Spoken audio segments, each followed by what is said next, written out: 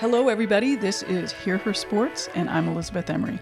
Today, I'm here with Danielle Williams, founder and senior editor of the blog and Instagram Melanin Basecamp, with a monthly readership of 17,000. Founder of Diversity Outdoors, a coalition of 29 digital outdoorsy types promoting racial and gender equity. A co-founder of Team Black Star Skydivers, a diverse 270-member group from 6 countries, Black, White, Latino, Asian, anyone excited about encouraging diversity in skydiving. She's recently branched out to video with a Kickstarter-funded short film she's producing right now about Black Canadian climbing prodigy Sabrina Chapman. Danielle graduated from Harvard in 2008 and spent the next 10 years in the U.S. Army with deployments to Iraq and the Philippines. I'm excited to talk to Danielle about all of that, about skydiving, and what's happening right now. Welcome, Danielle. Thank you. I'm really happy to be here. Oh, good. You recently wrote a blog post on Melanin Basecamp, and it seems really important and seems like a bringing together of a lot of your thoughts that I've read. Can we start there? Let me see what it's titled. Why I Don't Write About Being Disabled in the Outdoors. Uh-oh. I'm starting out with a bang. Of course. So talk about that. It seems really important. Is that true? To write about disability or kind of like my personal thoughts on it? Your personal thoughts. It seemed very personal. Yeah, which is funny because I normally don't write really personal articles at all. I like to do a lot of interviews and, talk about things going on in the culture. It's something I had been kind of working on for a while, but trying to figure out how to express myself freely without doing a disservice to people who are disabled, because I'm sure, as you know, there are a lot of stereotypes and just misinformation about the disabled community that range from inspiration porn to we're all living miserable lives and we're not proud of our disabilities. And I was kind of considering that on one end, but also wanting to kind of be true to my own experience and not feel like I couldn't be honest and open about my own experience. And, my personal story is that, I'm not someone who grew up with a severe disability. So I kind of came to it later in life, as most of us will, right, at some point. So for me, processing that and kind of coming to terms with that hasn't been always positive. And that lack of positivity isn't completely attributable to ableism. Some of that is just, I was one person before and now I'm not that person anymore.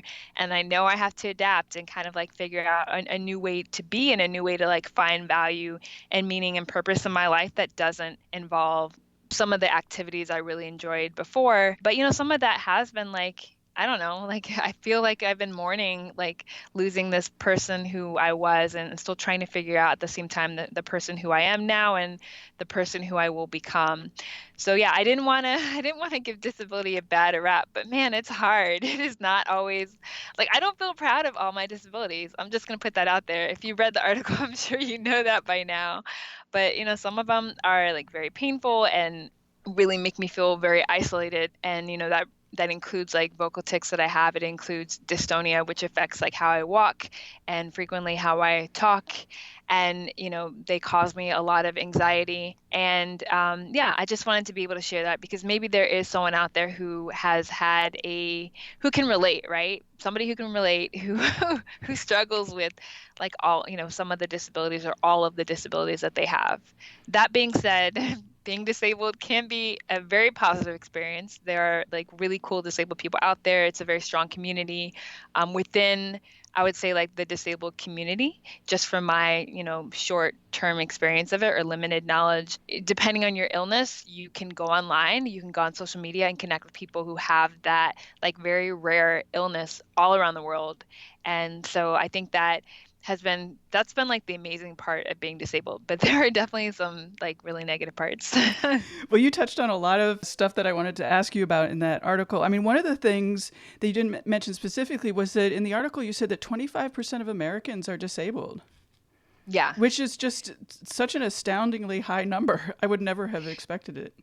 Yeah, definitely. We are a very large, marginalized group within the U.S. and it's something that still doesn't get talked about enough And I've had like those conversations with, I forget her name, but the woman who runs Disabled Hikers. I've had these conversations with other people where, we can talk, and kind of the expectation is that we talk critically about race and gender identity and sexuality, which is good, right? That's progress. But when it comes to disability, we kind of frequently default to, like disability, like inspiration porn is what it's Right. commonly known as. Like, oh, look at that disabled person doing something that they do every day and have done every day of their lives. Yay, them, right? Which it isn't always inappropriate, right? There's a time where, I don't know, maybe if you were in a car accident and like you're learning to walk again, definitely cheer like the small victories. Like you have to take comfort in that and feel proud of that. And like,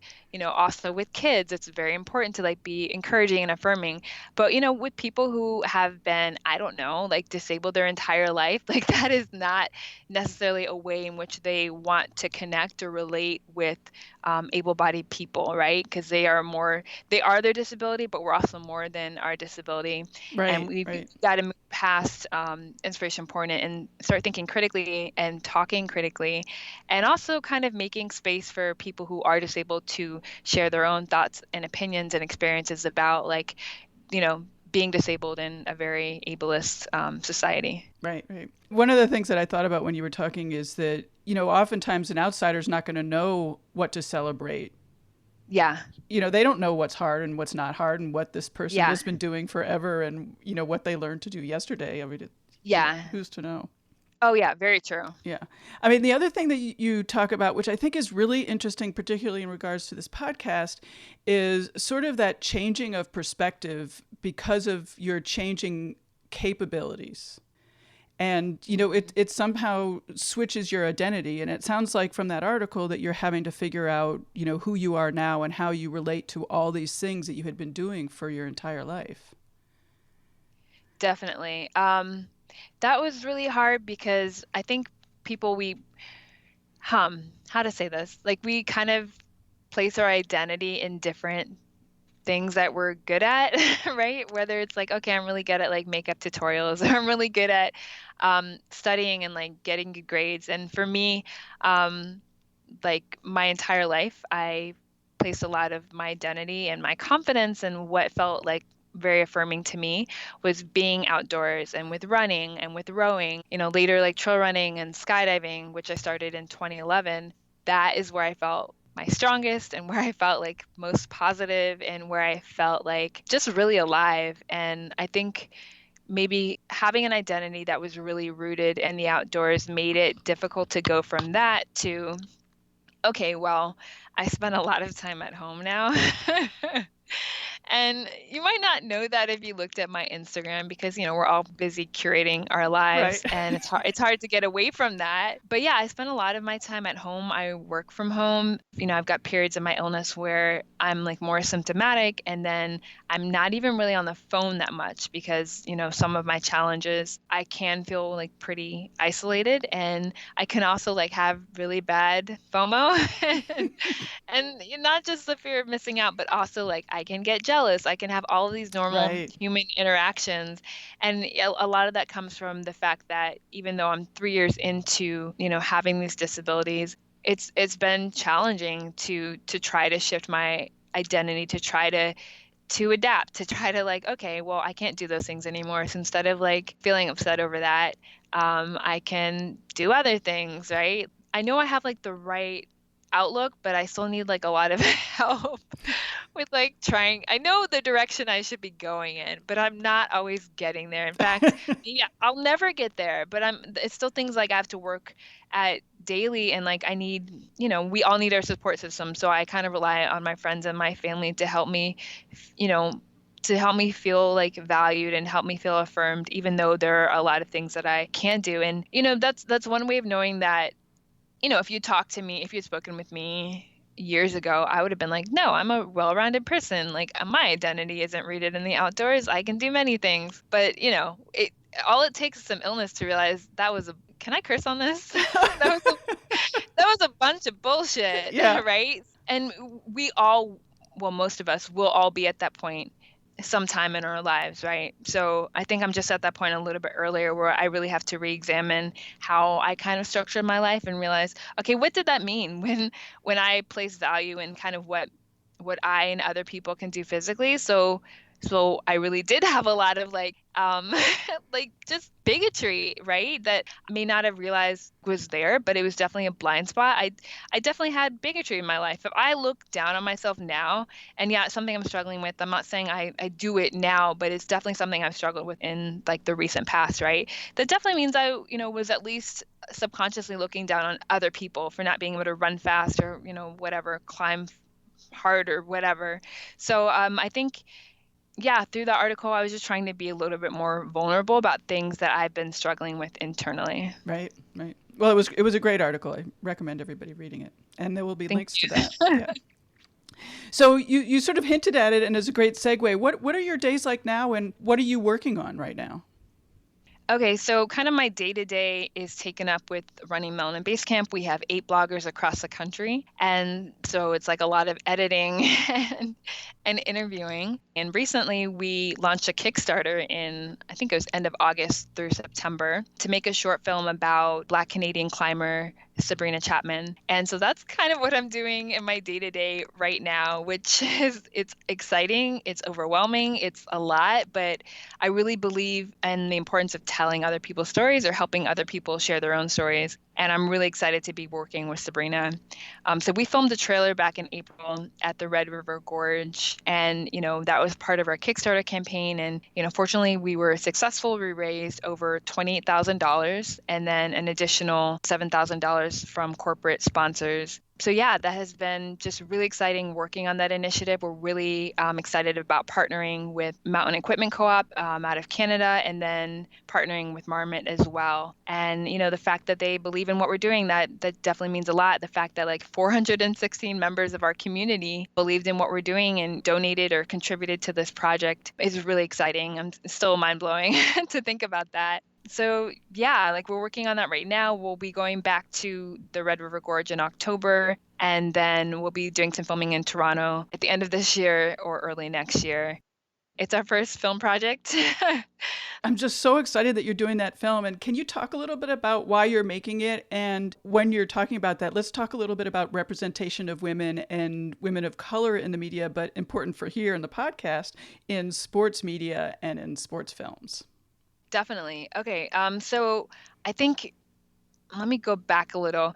The idea to do the film project came out of an article that a guest blogger, I'm going to butcher her name, but Nana Heed, I forget her last name, but she's a blogger from Vancouver. She's a climber, and she wrote an article about, I forget the title, but it was basically kind of like a call to action. Let's stop making movies about white guys doing cool shit. Oh yeah, that was a And great one. Oh my yeah, gosh, it was so good. it was definitely controversial. I love the article personally, and it kind of spurred a lot of conversation on that topic. And some people took it one way and some people took it the other way. But there was a lot of really good conversation in the middle, which was, for years and years, the dominant narrative has been about, really cool, amazing things that primarily white guys are doing in the outdoors.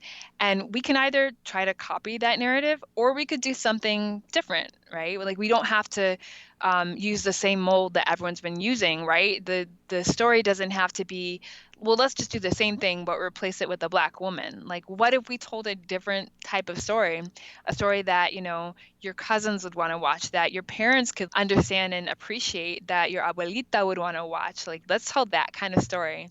And so the balance is, between sheer athleticism, because, people, they do want to see like a free solo and, something like that's one end of it, right? And then on the other end, what are the values that are kind of important to our communities? A lot of us come from immigrant communities, immigrant families. We come from, families of color who don't necessarily understand why after they've worked so hard to give us a better life, that we are now like spending free time and spending money like camping, sleeping on the ground, that kind of thing. So What if we wrote a story, or what if we filmed a movie that could kind of bridge those two communities and, Right. create an end product that was also very affirming of women of color? Because let's face it, like if you are a person who is a minority, right? And if you're a double minority, or if you're triple minority, if you're a Black woman and disabled, or a Black woman and something else, right? It can be really tough to learn a technical skill in the outdoors when no one looks like you. Even if people are not overtly racist, there's still that tendency when they see someone who does not look like them making a mistake, instead of attributing that mistake to the fact that they are a novice learning a brand new technical skill in a brand new sport. Sometimes our mistakes can be misattributed to our race, to our gender, right? Maybe Black women shouldn't be doing this. Maybe this sport isn't for women. Maybe you're too tiny. Maybe you're not strong enough, that kind of thing, right? And it creates a lot of negative self-talk. All of that kind of like comes back to Sabrina Chapman, right? She's a phenomenal athlete, doesn't work with a coach. She's a climbing prodigy out of Toronto, Canada. She comes from an immigrant family. Her parents are from Mauritius in the Indian Ocean. And she took to climbing later in life. She didn't start climbing until she was 26, which is pretty I love amazing in a that. sport I where, love it. yeah, where people start like competing as young as 5. That is incredible. So she had a late start, took a non-traditional path to climbing. She did like other sports like track when she was younger. And like her story is just really interesting. And now she's on the brink of climbing her first 514A. I'm not a climber, but I have been told like that is the threshold for elite climbing regardless of gender. So it is a big deal that a Black woman is about to do this. And so we considered that on the one hand. Sabrina is such a phenomenal, humble person who pushes herself, who climbs hard, who, is very vulnerable and is willing to kind of open up about, what brought her to climbing, how she deals with like negative self-talk, what her experience has been as a Black woman climber in an, community that is predominantly white. And so we considered that on the one hand. We considered kind of what it would mean for young women of color, for, young girls, period, to look and be able to see someone like Sabrina on the big screen, climbing really hard, achieving her goals, but also, putting a new spin or a new twist on a climbing film, which is being vulnerable and talking about some of the things that don't necessarily have to do with, how good your lock off is, or, how long you can hang on a hangboard, that kind of thing, right? Sabrina was definitely the person. And, early on when myself and Amon Anderson from Beast Fingers Climbing we were in the comment section on that one article that I mentioned, and dealing with trolls who were like, well, if you don't like it, go do your own, why don't you make your own film? And immediately Amon and I were like, that is a Of brilliant idea. course. That is a brilliant idea. I normally don't take advice from trolls, but that was like one exception where I thought it was such a great idea, and things started moving fairly quickly from there. We connected with a Black filmmaker in Sacramento. We started building the team. We reached out to Sabrina. She said yes. Overall, the goal is really representation. And in our Kickstarter, kind of like in the page for our Kickstarter and in some of the articles we wrote, one thing I wanted to emphasize was that what Sabrina is doing is incredible, but there have also been other Black women and other women of color going back a few decades who have also achieved amazing things in climbing, and they didn't really get their due. They didn't get a press release. When the first African American, who happened to be a woman, climbed Everest back in the early 2000s, there was no press release. There was no fanfare. There was no interview. There was nothing. Let's change that. Let's tell some of our own stories instead of waiting for them to be told, because so often it does seem that even with, a recent kind of reorientation towards diversity and including more diverse people in campaigns, it still seems like you have to wait around for a company to deem that your story is like worth being told. And, sometimes it's not always told in a way that is consistent with like how you view yourself and view your own story, because we're more than inspiration porn. Like, we're real people, right, with real goals and real challenges and real struggles, just like everyone else. So we really jumped at the chance to be able to help Sabrina tell her own story in a way that's consistent, with how she sees herself, that's not exploitative. And we're just thrilled at the opportunity to do this. Thanks to the Melanin Base Camp community, and thanks to our corporate sponsors. So let's talk a little bit about storytelling, although I do want to get back to what you're doing now. What do you mean by storytelling, I guess, and why is that so important? And I'm asking that in part because Melanin Base Camp is primarily about that. We are. And that's something I thought about a lot when we first got up and running back in 2017 is what would our approach to storytelling be? And I think storytelling is very important. A lot of that does happen visually now through, different media, but it shapes the culture, right? The stories that we tell ourselves about ourselves, that is culture. And for so long, there's only kind of been a one note, right? One dominant story, which is really about white men. And so we're looking for a way to, instead of this being like a zero-sum game where white men get to tell fewer stories about themselves and we take more of the pie, well, we don't think it's like that, right? Like it's not a zero-sum game. We can tell more stories. There's no limit, right? And I think we all benefit from that diversity when we're able to put ourselves in someone else's shoes or just listen to someone else's experience. I think we all benefit from gain knowledge, we gain experience. We just become more empathetic as individuals. And that's something that we've been trying to do by helping to uplift and become a platform for stories that don't normally get told about the outdoors. And they don't have to be like, oh, I climbed this really high mountain or I did this really cool thing.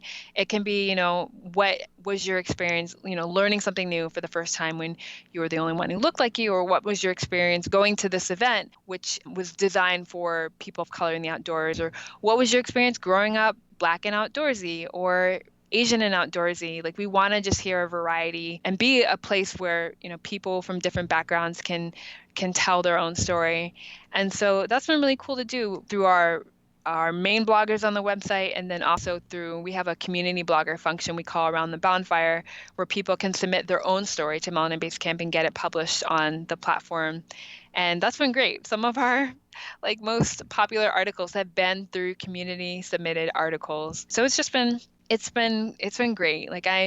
I am a big believer in storytelling, and I think that, as some of the mediums change, as we experiment with video and we can get into short films, I think we'll just be adding more. It'll enrich kind of the project that we're trying to do for people who might not want to sit down and read a 3 to 5 minute article, but would love to click on a link and watch a video. So Right. we're just trying to cover everything and reach more people. And I've heard you talk about the language being used in storytelling, and it reminded me of when I talk to older women who say, I didn't play any sports growing up because there weren't those opportunities available to them because they were pre-Title IX. And yet Yeah. then they go on and they tell me about being outside and running around every day when they were kids. And so, I thought about that because sports for them means the men's basketball team, and they were not allowed Yeah. on that. But sport Yeah. doesn't mean running around and climbing trees, which of course that's ridiculous. Yeah, definitely. Language definitely matters. One of our bloggers, Nadia Mercado, wrote a really good article called I Said I Wasn't Outdoorsy, But I Lied.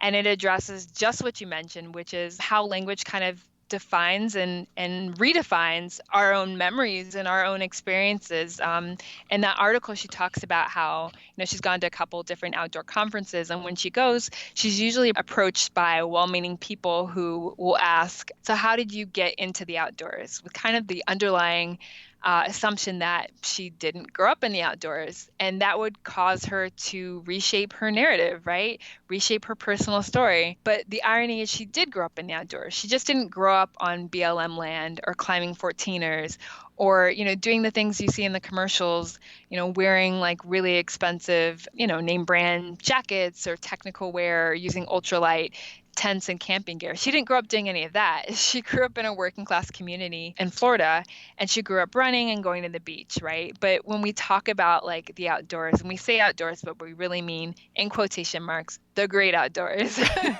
we never talk about okay, I ran at this trail or this loop in my neighborhood, and I went to the beach and did that and swam or whatever. We don't talk about those things. So there's Right. this automatic built-in hierarchy of what matters and what doesn't matter. And it's well, who's making these rules? This is not fair. Yeah, for me, it's also what is and what isn't. Yeah. When these women are talking that I was mentioning, they didn't do sports, Yeah. according to them, which I find so interesting. Sorry, Yeah. go ahead. I interrupted. No. I mean, that's perfect. So, but it's really important to kind of bring awareness to what we're doing when we have these conversations and what is, kind of implied, but not necessarily being said, and how that does shape our thoughts and feelings about our own outdoor activity. Early on, I was doing the same thing, just to be honest. When I would interview people, I would say, well, how did you get into the outdoors? Because that's how I had always been approached. And so, like, my own story, right?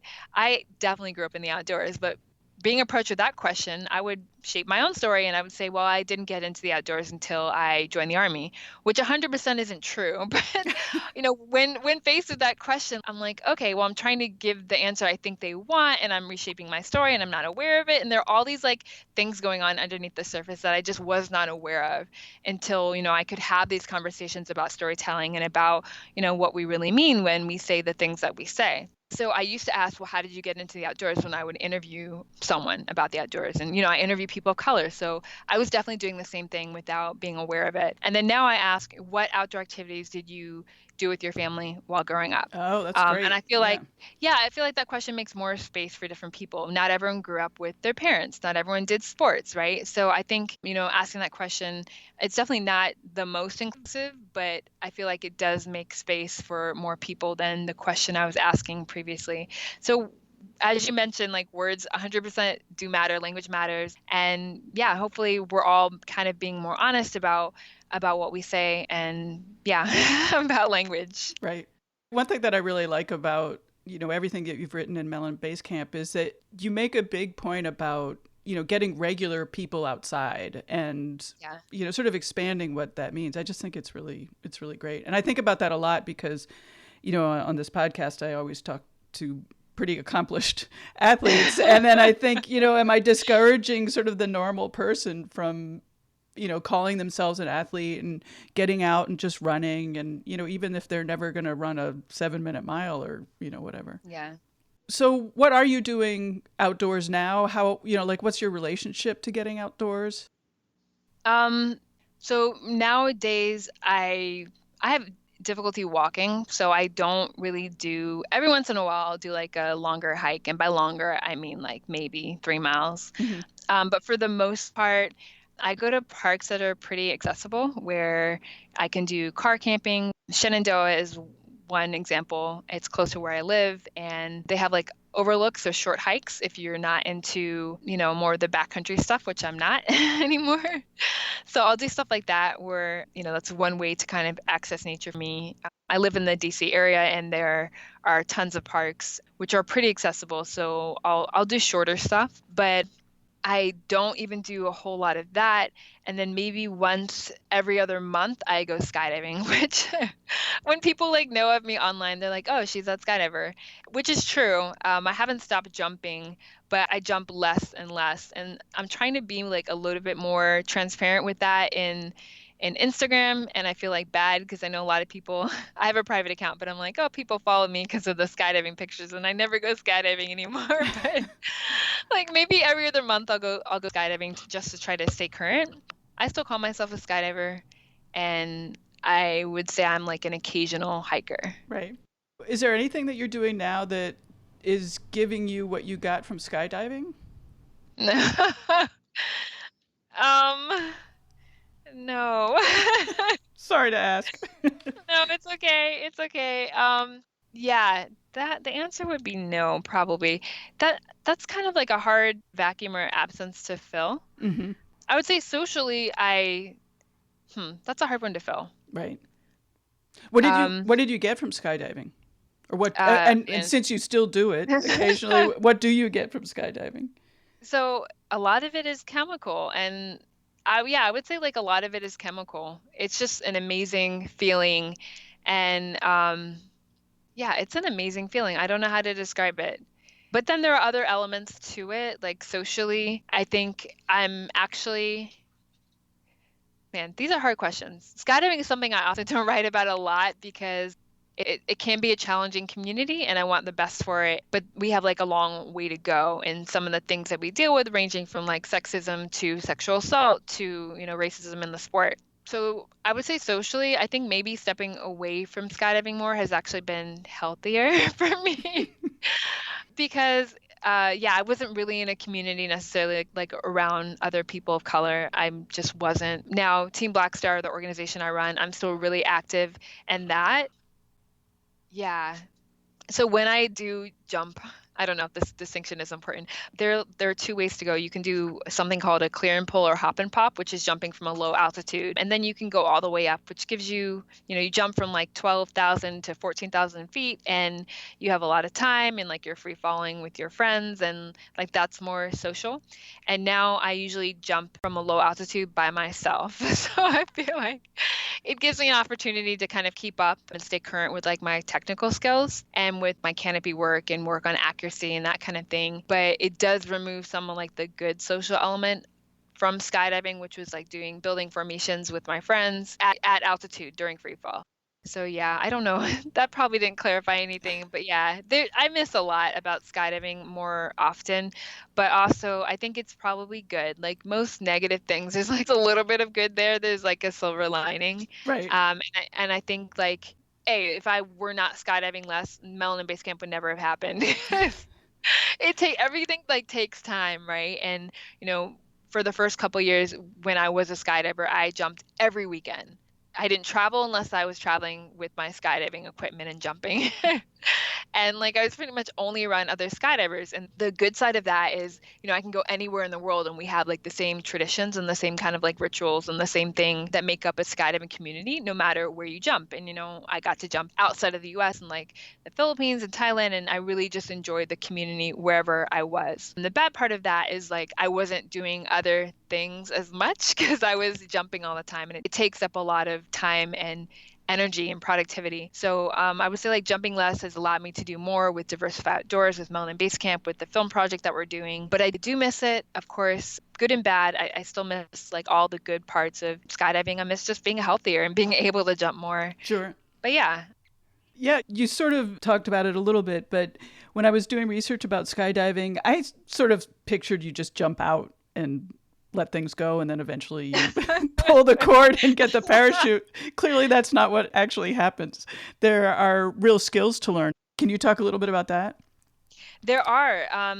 Let me think. Most recently, the United States Parachute Association had their national championships in North Carolina. That was, I think, at the end of August. So every year there's like a national championship, there's a world championship, which I think is like every other year or something like that. So there's a lot going on. There are different disciplines. I like to call it like Harry Potter, when the kids get like sorted into the different houses, like there's Slytherins or whatever. Once you join the skydiving community, you come in as a student, you come in like not knowing anything. And once you kind of like graduate, so to speak, with your license, there are different ways you can go. You've got your old school belly flyers, the kind you see on motivational posters, like at the office, who are all holding hands and like they're in this big formation. And that started like maybe back in like the 50s or 60s, and people have been doing it for a while, and it's still really popular. And they'll build like really big formations of maybe over 100 or 200 people. And then you have your free flyers who fly in different orientations. They might fly head up, they might fly head down. They're flying really fast. They're doing kind of a similar formation style jumping. You have your wingsuiters. They have like long hair. They're all like really laid back. That's a joke. I got They it. do have a tendency for being like very laid back, Yeah. different type of community. And they're wearing these like big pieces of fabric that I think you might call them like squirrel suits. We call them wingsuits. And yeah, so that's another type of like precision flying. They're flying their body. It's like really technical. They're trying to, go as far as they can. You have your canopy pilots who are flying at speeds up to 70 miles per hour at the ground. and that's another type of skydiving that you can do. And I'm sure I left some people out. You've got your crew dogs. They jump high, they pull their parachute or deploy their parachute like pretty high in the air, and then they form stacks of like one parachute with a jumper below it on top of another, and they form these like really cool vertical formations in the air. So you definitely have like different communities within skydiving, which is kind of like one really cool part about it, which people might not know.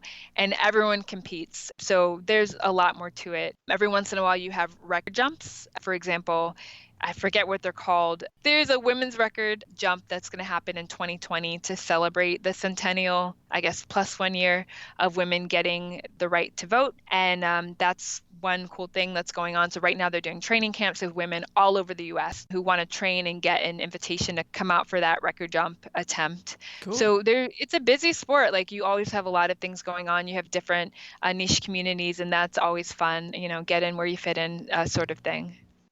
Like I can't talk about skydiving without talking about fear. Yeah. What are your what are your thoughts about fear? And I mean, obviously you had, well, can I say obviously you had it? I mean, isn't that Oh part yeah, of the you sport? can. It is. It's kind of like the allure, right? If people weren't scared, they probably wouldn't do it. I think fear is a good thing because it keeps you from getting complacent. I'm sure what I'm saying is like unoriginal because a lot of people say this as well. And I think it is important doing any kind of high risk or moderate risk sport. There's a lot that can go wrong, but it's usually not just one thing that goes wrong, right? So like a series of mistakes or, things that are overlooked or like a system failure.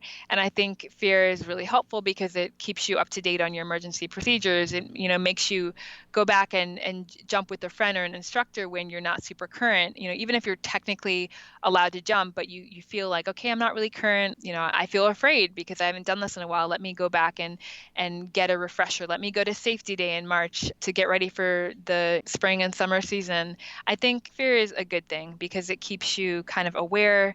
Obviously, like too much fear is really bad because the tunnel vision and like other things kind of kick in. I think fear can definitely be helpful and it's definitely an attraction too. I think it's why a lot of people skydive. It probably isn't why they stay, especially for me. I know when I did my first skydive, I had just gotten back from Iraq and I did a tandem jump and I was really nervous on my way there.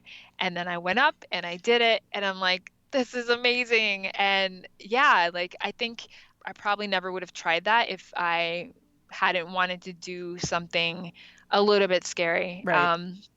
So I think that was definitely what got me into the sport. It's not why I stayed. When I first learned how to skydive and I finished my like initial course and I didn't know if I was going to stay with it because I where I was like pretty much all men, like all white guys.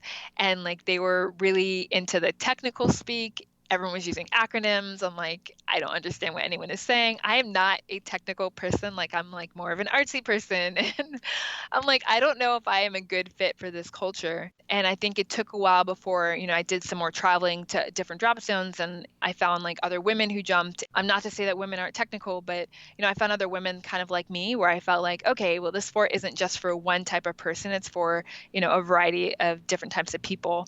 And I would say like what made me kind of stick with the sport and like, I've been doing it for over 8 years now is meeting other people and feeling that I really enjoyed like the social part of skydiving. Like I am a social jumper.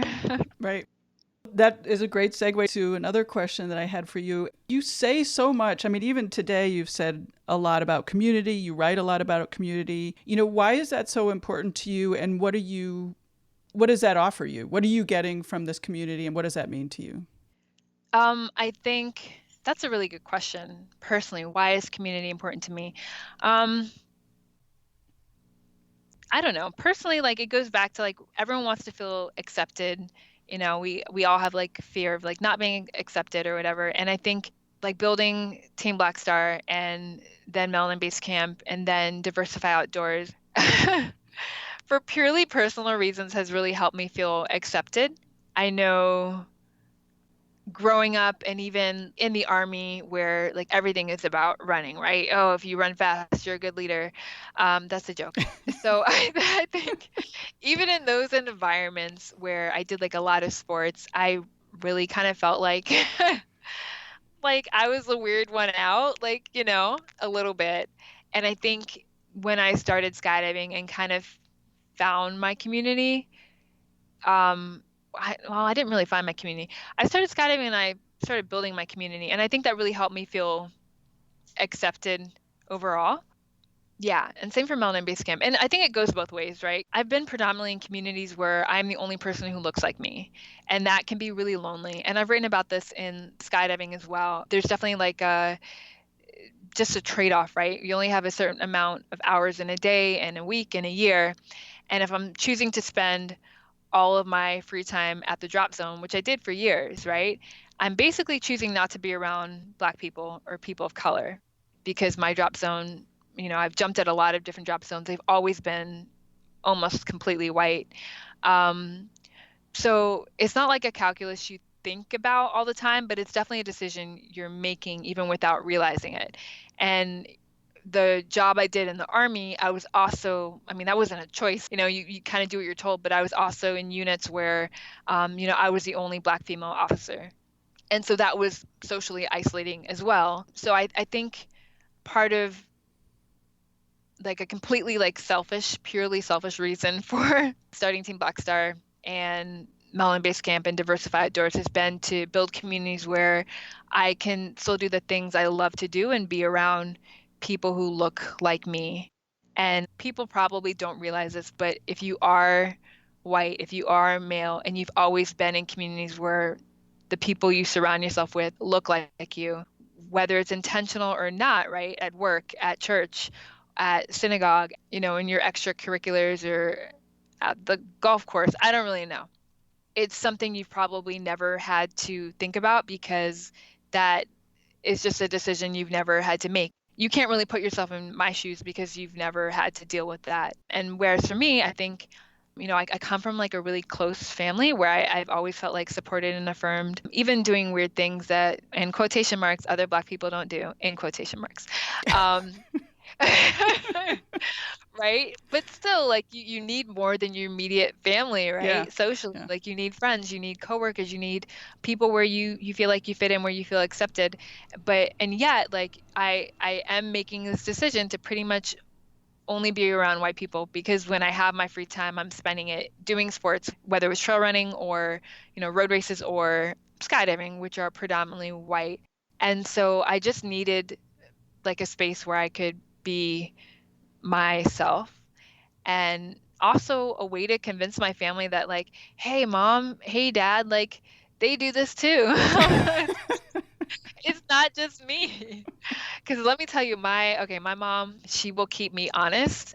Um, she's another like motivation behind kind of what we're doing. It's because while I've always felt like affirmed and kind of loved and kind of like, I don't know why you do this, but whatever, if it makes you happy, do it. She's also kind of kept me really honest and like, hey mom, I'm planning this event for Team Black Star. Well, I think you should quit skydiving and go back to coaching kids. She says this all the time. I'm like, wait, what? There's nothing like a Black parent to let you know that what you're doing ain't shit. And it does keep you honest because if at the end of the day, if what you're doing isn't relevant to your community, I think it's especially important in communities of color because we are dealing with like unique challenges, right? Like socioeconomic challenges, racism challenges. If what you're doing isn't uplifting your community, then my mom doesn't care. Then a Right. lot of our parents don't care. They don't understand it, like whether it's camping or skydiving or like, I don't know, snowboarding. They don't understand it. They don't know why you're wasting your time and money on it. And like, how is that giving back to your community or giving back to your family? And some of my writers, again, I keep going back to Nadia, have written about this, right? Like, it is just a different experience being in an adventure sport. You have all this guilt because like, why aren't you sending more money home or to your cousins or to whomever, right? This doesn't apply to myself, but a lot of us are like the first person to go to college or the first person to do this or to do that or to get that like good professional job or whatever. And with that comes additional expectations that you help out your family in other ways. With that comes additional expectations that you continue to help out, whether it's financially or with mentoring or just spending time in your community. And so we do have a lot of guilt, like doing unproductive time in the outdoors, which is basically what we're doing. Like skydiving is not helping anyone. I will not be helping any kids go to college by skydiving on the weekend. Right. And so I think I like that because I think I can live and kind of like sit with that discomfort because I think it does help keep me honest and it does help prevent me from being like, hey, let's just make a film basically about a white climber, but we'll substitute a Black person. Like it stops me from doing that, right? With Team Black Star, we like have partnered in the past with Girls and Boys Clubs and raised money for them. We've gone and like done like events with them, and like that part of it comes from my mother. Being completely honest. Right. Right. So I think it is good to have that, right? To Right. have that kind of voice in your back of your mind, voice over the phone, voice like, just trying to keep you honest and trying to make you kind of like do a bit more navel gazing, like how am I giving back to the community, whatever community I'm a part of. And there are, let me do a shout out real quick. There are amazing women of color who are doing this, whether it's Karima Batts with adaptive climbing, whether it's Bethany Lebowitz with Brown Girls Climb, Shelma June with Flash Foxy, Umbrian with Brown People Camping. Like there are amazing women of color who are already doing this with the community in mind, right? With helping that next generation, with representation in mind. Yeah, so that's kind of a long answer, but I think my motive initially was definitely like just wanting to feel accepted and to have a place where I felt like I belong, where my skin color belonged, my gender belonged. And now, it's a little bit harder, but like where my disability belongs. So yeah. Right, right. Well, you mentioned your mom. Who else have been your mentors? And you've said in the past or written in the past about how important mentorship is. Yeah, I would say within within Team Black Star, again, they're not women, but there are a couple of the guys in Team Black Star that I've really looked up to. There are, a couple of different women in skydiving who, when I was brand new, who I definitely looked up to, and I was like, okay, I want to be like them. Years later, I'm not doing exactly what they're doing, but still, it was encouraging to see other women, especially women drop zone owners. I think that's a big deal, and there are a couple throughout the U.S. and that was kind of cool as well to see. Okay, women aren't just like in the game; they run the game, right? So that was kind of just cool and encouraging to see women who own drop zones. I think doing diversity, equity, and inclusion work. A lot of the women that I just mentioned, I definitely look up to. A lot of us, we kind of started roughly about the same time in 2016, and we've kind of been on like parallel tracks, right? Working in different communities. And it's been really cool to see what they've done with their community, whether it's like hosting events, whether it's Color the Crag, which Bethany has created with Mikhail Martin from Brothers of Climbing. It's just been amazing to see not only some of the initiatives that they're working on, but how much those initiatives have transformed the people around them who are now like looking forward every year to going to some of these events. So that's been really cool. Well, we're going to wrap up pretty soon, but before that, is there anything else you'd like to add? No, I think I would just definitely like to put it out there that I feel really grateful to be working with like such an incredible team in many ways, right? The team at Melanin Base Camp, but also the team at Diversify Outdoors at Coalition. And then Teresa Baker, who is the creator of the Outdoor CEO Diversity Pledge, which we host at diversifyoutdoors.com. So I feel really inspired to be like surrounded by so many incredible, hardworking, talented people who are just doing the most for their communities while also holding down other like 9 to 5s and for some of them. So yeah, I love this community. I think it's uplifting. People sometimes say like negative things about social media, and I'm not denying that social media can have its challenges, but for me, I just feel like it's just been the world for me to be able to keep in touch, to be able to have this like online family, even though we're not all living in the same place. It's been really amazing. How do you manage social media and keep it all good rather than go into sort of the bad zone that social media can become? It's hard. Oh my gosh. No, it really is hard. It's like I have to do constant gut checks, and I think kind of like I mentioned in the tongue in cheek, but also true in the article I wrote about why I don't write about being disabled in the outdoors.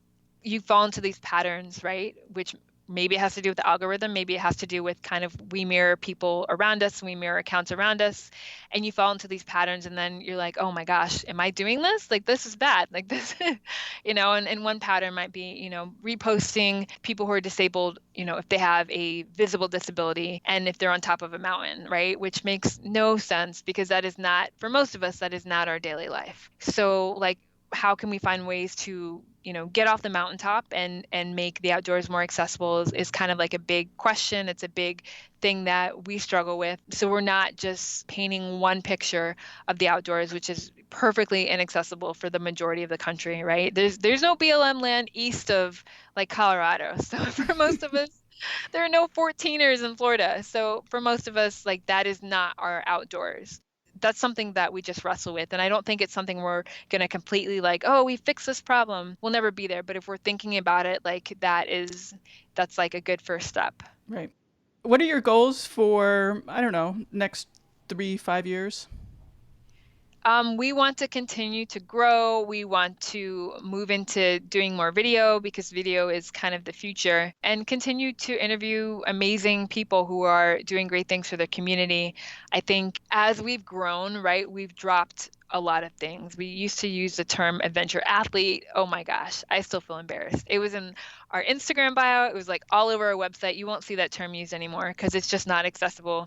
It's not inclusive. And it just wasn't reality. It was me trying to copy the model that was existing. Now we're trying to make it better, right? So you'll find us interviewing a lot more folks who are doing environmental work, who are offering tips on sustainable living, on how not to be zero waste, but to use less waste in your daily life. And that's kind of what people want to see and to learn about. And it definitely trumps kind of like, someone doing a really cool athletic thing, though we love really cool athletic things as well. But people want to know, as times are changing, as really scary things like global warming and climate change are affecting us, like how can we adapt and prepare for this? How can we do better and be a more responsible citizen of our world and take care of our environment better? So we'll be shifting to more content that reflects that. Cool. That's great. Well, thank you very much. Thank you for having me. I really appreciate being on the show. Thank you. Oh, you're very welcome. Thanks to you for listening, and thanks to Danielle for taking the time to be here. Danielle mentioned a ton of names and organizations in our conversation. You can find links to all of those at hearhersports.com in her show notes. Tell your friends about the podcast so they too can hear more from badass women. Call our new Hear Her Sports hotline at 725-BE-BADASS to leave your own badass comments. Our design is by Agnes Studio and music by the band Goldmines. Till next time, bye-bye. Sorry if you hear background noise. That's me and my cat. He's really nosy.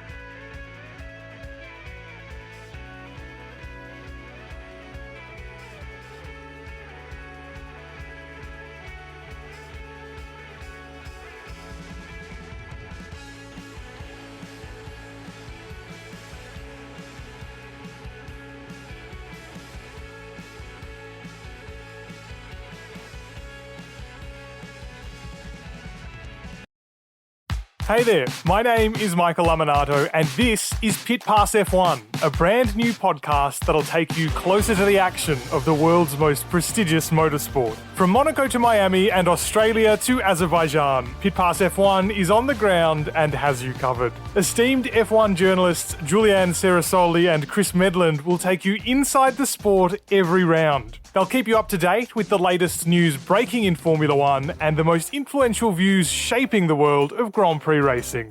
Every Friday, we'll be bringing you a track guide and race preview, and Chris and Ju will be in your feed every morning from Saturday through to Monday to keep you up to date on all the day's action on and off the track.